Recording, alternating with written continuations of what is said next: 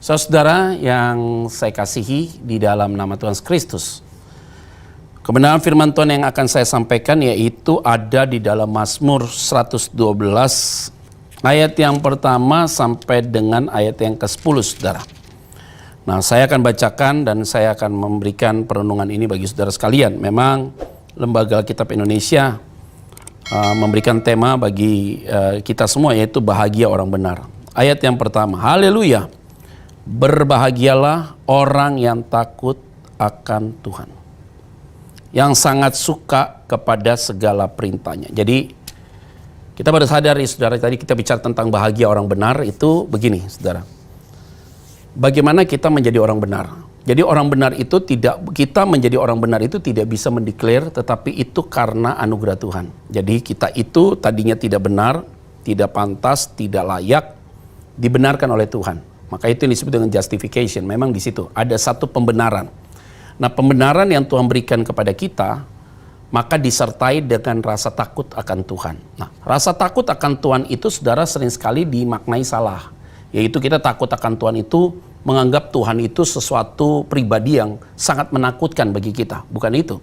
Tapi kata takut yang digunakan di sini adalah bentuknya respect, saudara. Jadi kita hormat, menghargai. Jadi kita segan, saudara. Kenapa kita takut akan Tuhan? Karena kita ini yang tidak pantas, dipantaskan Tuhan. Kita yang tidak layak, dilayakkan Tuhan. Jadi kita dibenarkan oleh Tuhan itu semua oleh karena anugerah Tuhan. Maka impact dari pembenaran itulah yang Tuhan berikan, yang disebut dengan kasih karunia Tuhan.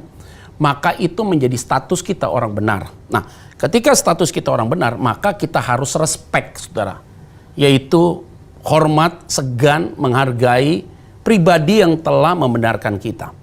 Nah, oleh karena itu kita semua satu persatu yang mengikuti ibadah online ini, pertanyaan harus ada tertuju kepada diri kita. Apakah saudara adalah orang yang pantas disebut sebagai orang benar? Maka yang jawab adalah saudara.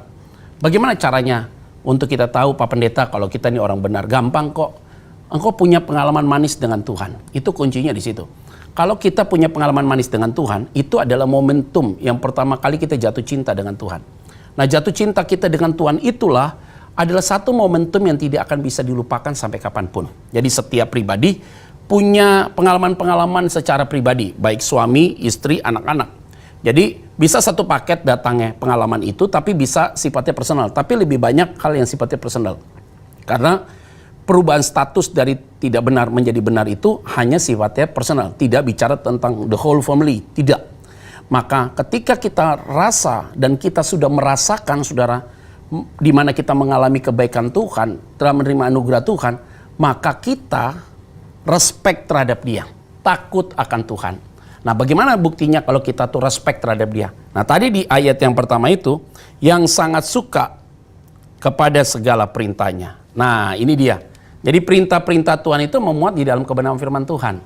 Nah, bagaimana kita dapat mengerti perintahnya tapi kalau kita nggak suka baca firmannya? Nah, ini adalah bagian yang komunikasi dua arah, saudara. Jadi kita berdoa pada Tuhan itu adalah komunikasi yang sifatnya vertikal. Nah, bagaimana cara Tuhan berbicara kepada kita? Yaitu lewat firman-Nya.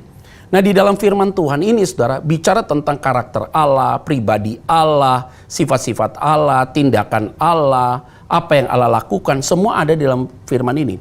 Kendati firman ini mati menjadi hidup karena ada pekerjaan Roh Kudus dalam hati kita.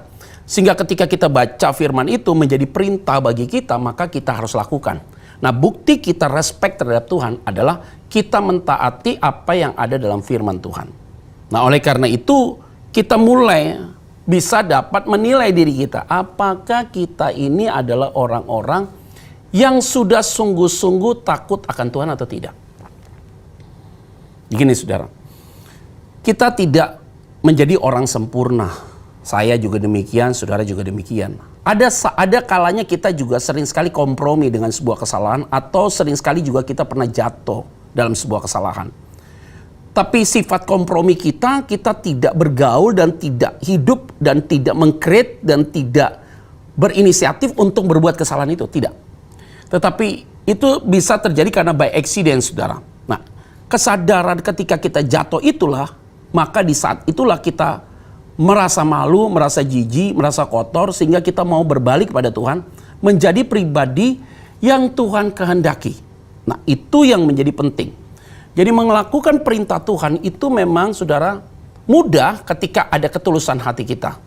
Sangat sederhana untuk bisa kita kerjakan sebenarnya. Tapi masalahnya kita mau atau tidak. Nah, dalam melaksanakan perintah Tuhan itu kan pasti ada koreksi, saudara. Nah, koreksi-koreksi yang Tuhan berikan itu sering sekali menyakitkan bagi kita. Nah, firman itu kan begitu tajam sekali, begitu kuat sekali untuk mengoreksi kita. Maka kalau kita punya jam waktu khusus bergumul dengan Tuhan, merenungkan firman Tuhan, kita terus dikoreksi oleh Tuhan. Yaitu apa? Lewat firman-Nya. Karena firman itu memuat tentang perintah-perintahnya di dalam kehidupan kita. Nah, saudara-saudara, kalau kita sudah memiliki status sebagai orang benar, dan kita adalah orang yang respect terhadap Tuhan, yang mau melakukan segala perintahnya, maka bonus-bonusnya yang akan saya sampaikan. Ayat 2. Bonusnya yaitu, anak cucunya akan perkasa di bumi. Angkatan orang benar akan diberkati.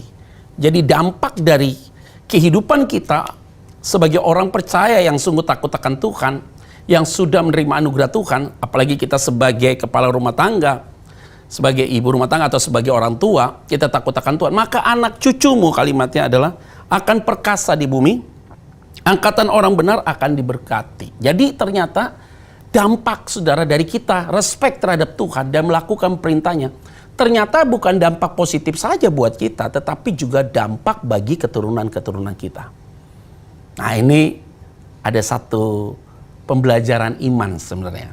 Kalau saudara hari-hari ini mengalami, misalnya contoh, Pak Pendeta, anak saya bermasalah, cucu saya juga bermasalah, ini bagaimana? Harus ingat ya begini, kalau kita sungguh takut akan Tuhan, melaksanakan perintah Tuhan, kita yakin bahwa anak cucu kita, saudara, walaupun dia punya pergumulan, punya kesalahan, ujungnya pasti jadi lebih baik. Dia akan berbalik jadi orang baik. Nah, itu adalah satu janji Tuhan bagi kita. Jadi kita jangan harap anak cucu kita diberkati perkasa di bumi ini dan diberkati kalau kita itu hidup dalam ketidakbenaran. Tapi kalau kita hidup dalam takut akan Tuhan, melaksanakan perintah Tuhan, maka itu impact-nya banyak sekali. Bukan buat kita, tadi saya sampaikan, anak cucu kita perkasa di bumi. Nah, saya yakin bahwa saudara-saudara mau punya keturunan yang terus diberkati Tuhan dan perkasa di bumi. Nah, kita harus mengkoreksi sebenarnya tentang hal itu. Memang tidak mudah, saudara, tetapi kita bisa lakukan itu. Nah, ketika kita lihat anak cucu kita diberkati Tuhan, maka anak cucu ini juga sadar, saudara, bahwa dia diberkati Tuhan bukan karena dia sebenarnya, karena dia punya orang tua yang sungguh takut akan Tuhan. Nah, masih ingat ya saudara, cerita tentang Alkitab begitu banyak hal, saudara, peristiwa-peristiwa di Alkitab, bahwa Tuhan tuh berjanji juga kepada Musa, tetapi ketika Musa itu tidak masuk tanah perjanjian, Yosua dan Kaleb, saudara, diizinkan masuk tanah perjanjian. Tapi Tuhan selalu berkata, ingat, aku sudah berjanji kepada Musa bahwa tanah yang engkau injak pasti akan diberkati Tuhan. Jadi janji Tuhan kepada Musa juga dapat tergenapi untuk generasi berikutnya. Jadi kalau janji Tuhan kepada orang tua kita, maka anak-anak kita diberkati, itu sangat wajar sekali. Jadi sebagai seorang anak, sebagai seorang cucu, kalau kita berhasil, ingat, engkau bukan berasal dari pohon yang tidak baik. Engkau berasal dari pohon yang baik. Tidak mungkin, saudara, pohon yang baik menghasilkan buah yang tidak baik. Kendati buah itu kelihatannya tidak baik, tapi ujungnya akan baik. Maka pohon itu adalah menjadi satu inti dari setiap kehidupan orang percaya. Jadi kalau kita mau bahagia sebagai orang percaya, orang benar, maka ingat, kita harus hidup takut akan Tuhan sebagai kepala keluarga atau sebagai orang tua, supaya anak cucumu semua diberkati oleh Tuhan. Nah, begini saudara yang saya kasih di dalam nama Tuhan Kristus. Saya bisa seperti ini karena saya tahu orang tua saya takut Tuhan. Kendati mereka bukan orang tua yang sempurna, ada juga kesalahan mereka, tapi setidaknya mereka adalah orang-orang yang takut akan Tuhan. Maka saya ini adalah buah dari sebuah pertobatan orang tua saya. Begitu juga dengan saudara yang mengikuti ibadah online ini. Sebagai seorang anak, jangan merasa jumawa, sombong ketika engkau diberkati dan engkau semena-mena dengan orang tuamu. Itu jadi tidak baik sekali, saudara. Ingat, saudara, tidak boleh itu lakukan itu sebagai seorang anak dan cucu. Karena kalau engkau takut akan Tuhan, anak-anakmu, ingat, engkau pasti respect juga terhadap orang tuamu. Karena orang tua adalah sebagai representatif kehadiran Allah dalam kehidupan saudara. Nah, saudara yang saya kasih, jemaat Tuhan yang mengikuti ibadah online ini, maka anak cucunya akan perkasa dan tentunya akan diberkati Tuhan. Nah, poin berikutnya saudara, poin kedua. Jadi poin yang pertama tadi, bahwa orang benar itu karena anugerah Tuhan, tadi saya sudah jelaskan panjang lebar. Maka bonusnya, impactnya itu adalah anak cucunya perkasa di bumi, angkatan orang benar akan diberkati. Poin kedua, yang ketiga, di ayat yang ketiga. Harta dan kekayaan ada dalam rumahnya. Kebajikan tetap untuk selamanya. Saudara, ada kalimat yang menarik di ayat yang ketiga ini. Harta dan kekayaan ada dalam rumahnya. Kebajikan tetap untuk selamanya. Apa itu artinya? Kalau harta dan kekayaan ada dalam rumahnya, tetapi tidak ada kebajikan yang ada di dalam rumah itu, maka harta dan kekayaan itu akan hilang cepat. Tidak termanage dengan baik. Maka orang yang sungguh takut akan Tuhan, yang mau melakukan perintah Tuhan, bukan hanya cucunya perkasa dan diberkati, tetapi dia juga memiliki kekayaan, harta yang Tuhan percayakan kepada mereka luar biasa. Tapi juga harus disertai dengan kebajikan. Artinya, dia sadar bahwa harta dan kekayaan yang dia miliki bukan karena kuat dan gagah dia, tapi karena Tuhan yang memblessing dia, yang selalu menjaga, memberikan berkat buat dia. Maka orang-orang yang sangat diberkati Tuhan adalah orang-orang yang bijak juga untuk menggunakan berkat Tuhan. Artinya kita bisa menggunakan berkat Tuhan itu dengan penuh pertanggungjawabkan. Artinya kita tidak menggunakan berkat Tuhan itu dengan sembarangan, dengan cara dunia. Tidak. Kita juga dengan harta dan kekayaan itu tidak membuat kita menjadi sombong dan angkuh. Kalau kita menjadi sombong dan angkuh, itu berarti engkau tidak takut akan Tuhan. Dan kita merasa bahwa kita punya segalanya, maka harga diri kita jadi naik. Salah sekali. Karena harga diri kita itu berharga karena ada Tuhan dalam hidup kita. Maka orang hargai kita bukan karena kita punya harta dan kekayaan. Tapi orang hargai kita karena dia melihat dalam diri kita ada Yesus yang luar biasa. Ada amin saudara? Jadi harta dan kekayaan kalau dipakai untuk orang menghargai kita, maka ketika tidak ada harta dan kekayaan, engkau akan ditinggal oleh orang. Tapi ketika engkau memiliki karakter Kristus dalam dirimu, maka orang menghargai engkau itu karena ada Kristus dalam dirimu. Nah, harta dan kekayaan itu hanya impact saja. Sehingga orang itu sadar, oh ini orang kaya, tapi hatinya luar biasa ya. Dia orangnya rendah hati sekali. Jadi orang yang memiliki harta dan kekayaan, dia selalu ada kebajikan dalam rumahnya. Nah, oke. Sekarang saya mau tanya buat saudara sekalian. Saudara kaya raya, tapi nggak punya kebajikan. Itu apa jadinya? Maka ya tadi saya bilang arogansi, sombong, merasa diri ini segala macam dan segala macam saudara. Tapi kalau engkau punya kebajikan, harta dan kekayaan itu tidak banyak, maka orang akan lihat engkau sebagai orang yang memiliki integritas. Nah, ini yang menjadi satu dasar kita untuk mengerti tentang hal ini. Jadi impact dari orang yang sungguh takut dan mau melakukan perintah Tuhan, yaitu apa? Harta dan kekayaan bukan sebagai subjek, tapi sebagai objek. Karena dia sebagai subjek yang telah dipulihkan Tuhan, yang mampu memanage objek itu sendiri. Sehingga dia tidak menjadi jumawa. Nah begini saudara, banyak orang yang kaya tapi sedikit orang yang punya hati untuk dapat menolong orang lain. Karena hatinya tidak memiliki kebajikan. Tapi banyak juga saudara orang yang tidak kaya raya, tapi hatinya penuh dengan kebajikan saudara. Maka dia tahu menempatkan diri dan dia mampu untuk dapat menjadi berkat bagi orang-orang yang membutuhkannya. Makanya saya selalu bilang begini, masalah memberi itu bukan masalah orang punya segala sesuatu, tidak. Masalah memberi itu masalah hatinya itu sudah ditouching oleh Tuhan atau tidak. Maka kalau hatinya itu sudah diubah oleh Tuhan, dia menerima kebajikan daripada Tuhan, maka berkat yang dia miliki, dia juga akan memberkati orang lain. Nah, jadi telah diberkati, maka dia akan jadi berkat bagi banyak orang. Nah saudara-saudara, bagian firman Tuhan ini menjadi satu pemecut atau pengkoreksian bagi kita di tengah-tengah situasi yang bisa dikatakan belum stabil secara ekonomi, belum stabil juga di dalam hal yang lain, apalagi di masa pandemi ini. Kita tidak tahu kapan akan berakhir.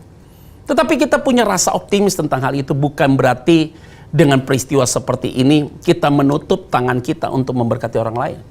Tidak. Tapi justru ketika kita memberkati, engkau tidak akan pernah berkekurangan. Nah, jemaat Tuhan yang saya kasihi, yang setia mengikuti ibadah online pada hari ini, saya mau ingatkan bagi kita semua titipan dari Tuhan. Segala berkat kekayaan itu hanya Tuhan titipkan buat kita. Sehingga kita harus dapat memanage dengan baik dan mengalokasikan dengan baik. Tujuannya cuma satu, Tuhan dipermuliakan. Poin berikutnya saudara, di ayat yang keempat saudara. Di ayat keempat firman Tuhan katakan apa? Di dalam gelap terbit terang bagi orang benar. Pengasih dan penyayang orang yang adil. Saya ulang sekali lagi. Di dalam gelap terbit terang bagi orang benar. Pengasih dan penyayang orang yang adil. Maka bahagianya orang benar yaitu apa? Di tengah situasi yang orang bilang tidak mungkin, justru kita bilang itu mungkin. Karena kita masih lihat cahaya yang terang ada di dalam kegelapan itu. Khusus bagi orang benar. Ayo, saya mau mengajak kita kembali merenung di tengah-tengah situasi hari-hari ini. Apakah engkau kekurangan? Atau tidak kan? Tetap ada pemeliharaan Tuhan. Ada aja kan cara Tuhan untuk menolong saudara, memberkati saudara. Dan itu unik.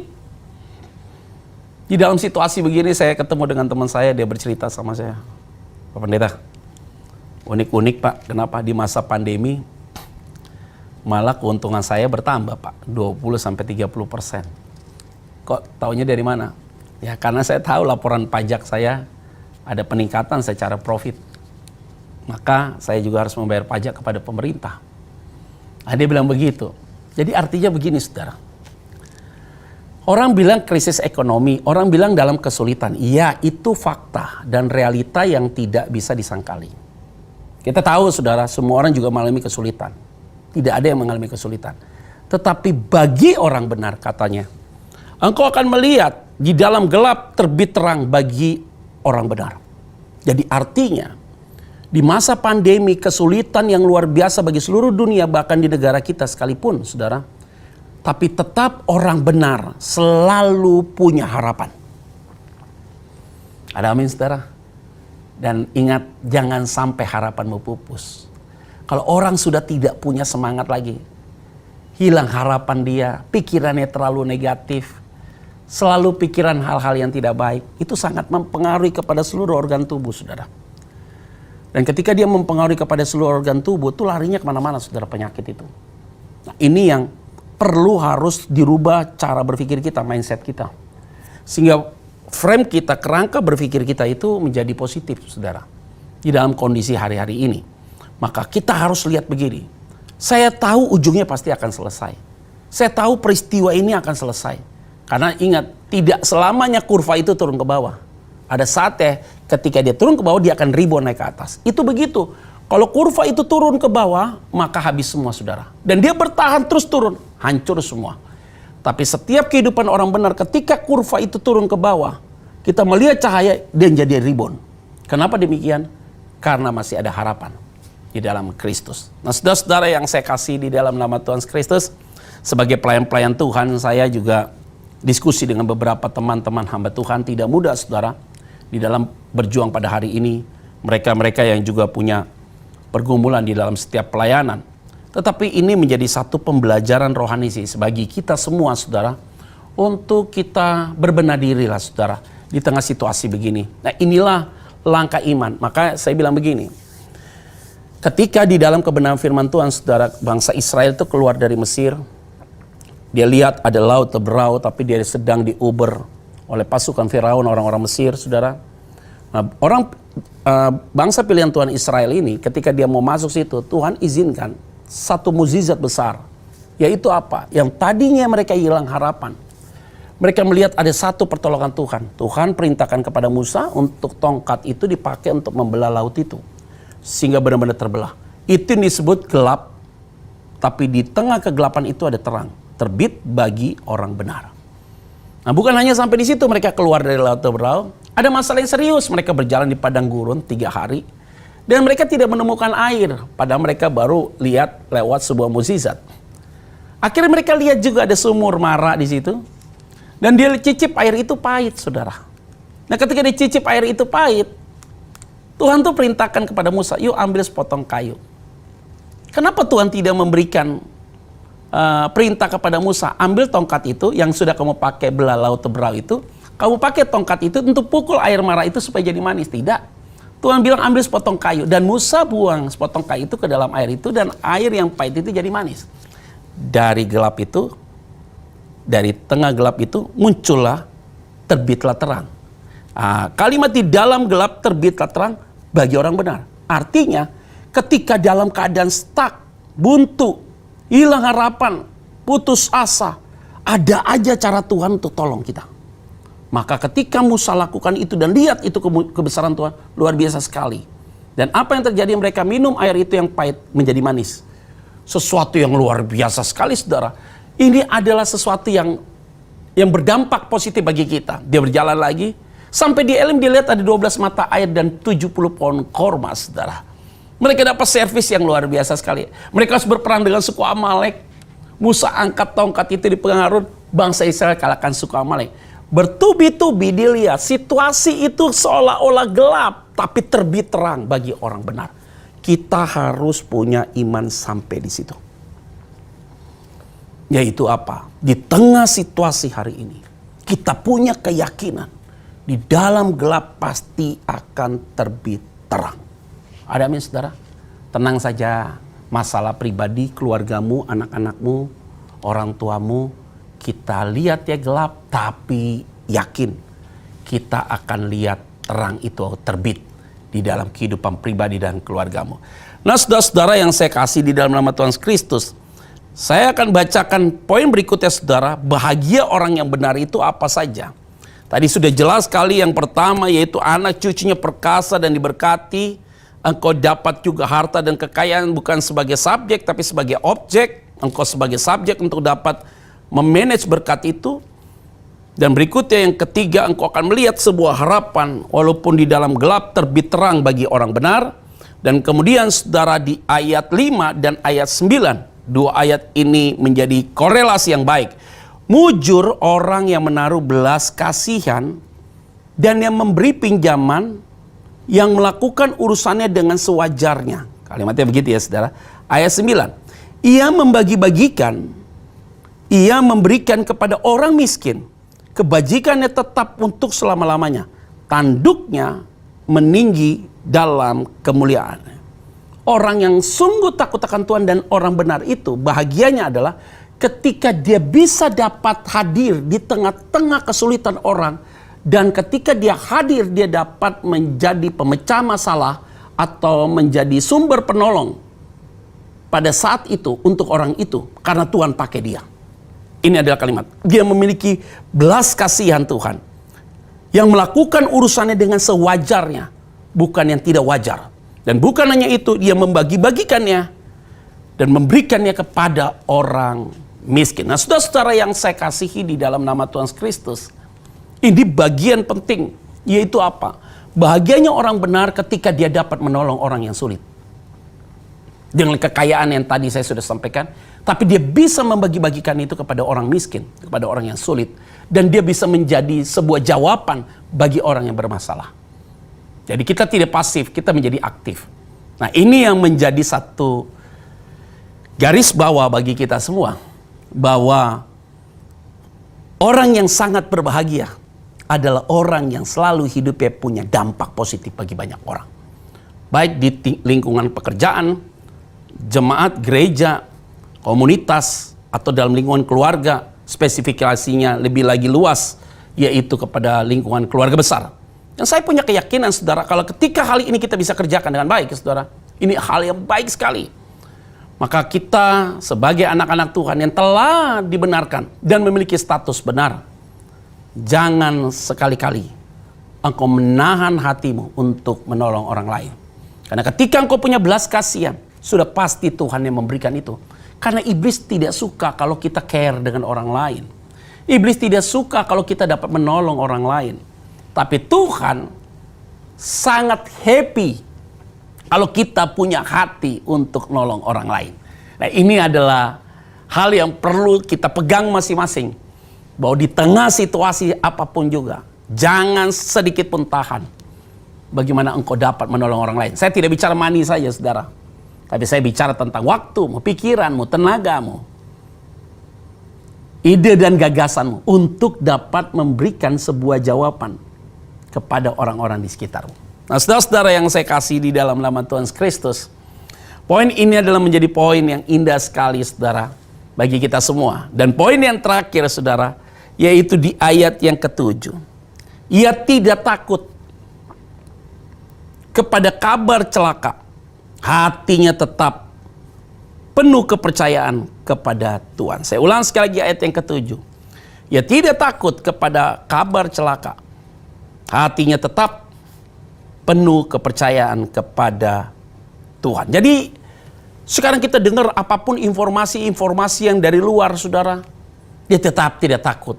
Banyak orang yang selalu memiliki informasi yang negatif.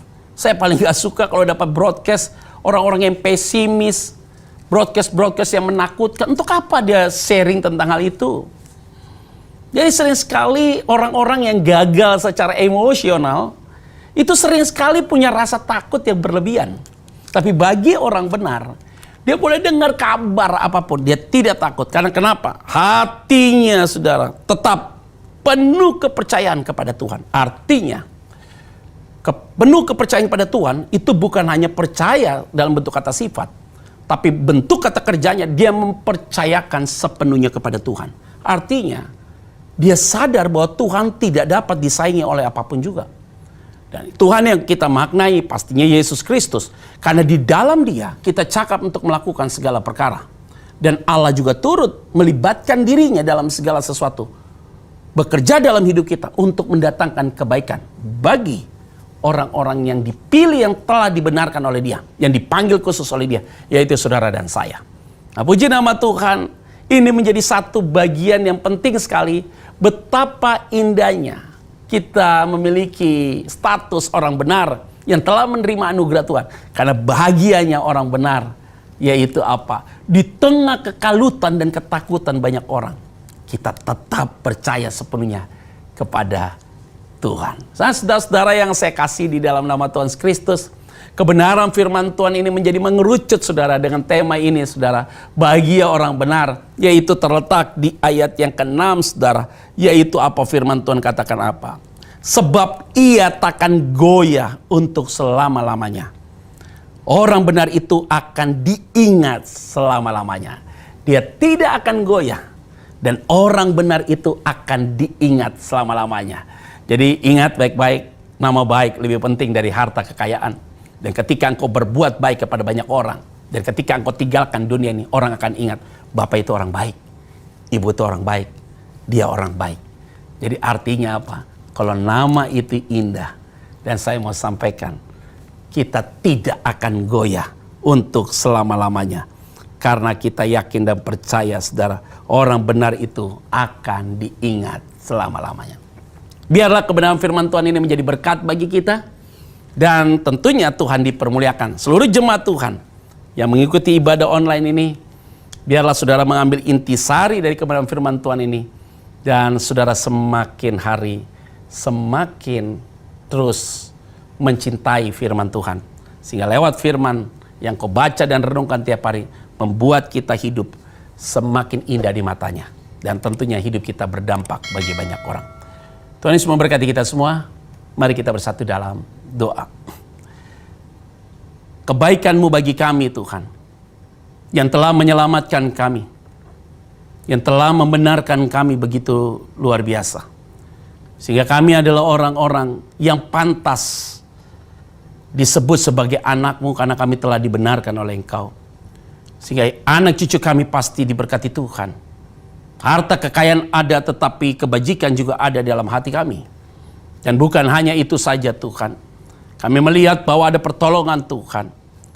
Di dalam setiap gelap itu muncullah terang, terbitlah terang bagi orang benar.